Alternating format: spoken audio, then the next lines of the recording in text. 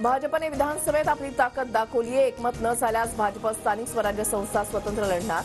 मंत्री अतुल सावेंचं सूचक विधान। मनापासून संकल्प केला तर स्थानिक स्वराज्य संस्थेच्या निवडणुकीमध्ये शिवसेनेला भरघोस यश मिळेल। उपमुख्यमंत्री एकनाथ शिंदेंकडून विश्वास व्यक्त। अशोक मोहितेला मारहाण करणाऱ्या दोन्ही आरोपींना अटक। अभिषेक सानप आणि वैजनाथ बांगरला जालन्याच्या कन्नडमधून अटक। धारूर पोलिसांची मोठी कारवाई। कौटुंबिक हिंसा करणारा व्यक्ती मंत्रिपदावर राहू शकतो का? सरकारनं अशा मंत्र्याची हकालपट्टी केली पाहिजे। विजय वडेट्टीवारांकडून धनंजय मुंडेंच्या हकालपट्टीची मागणी।